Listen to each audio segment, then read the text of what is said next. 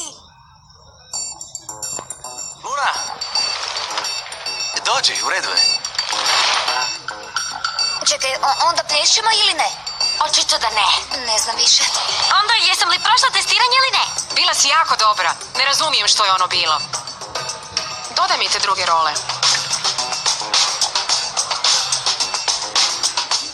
Kotač je zaglavljen. Jako je opasno rolati s rolama u neispravnom stanju.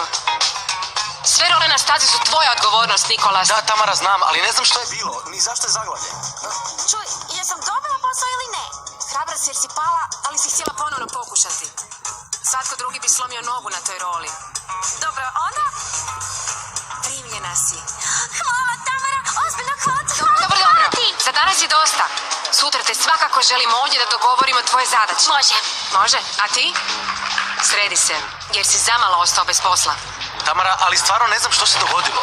Već sam se ispričao, znam koje su odgovornosti mog posla. Prijateljice, prošla sam i daći mi besplatnu propust. Čestitam ti, prijateljice, bila si stvarno dobra. Čestitke, Ambari! Već je kasno, idem.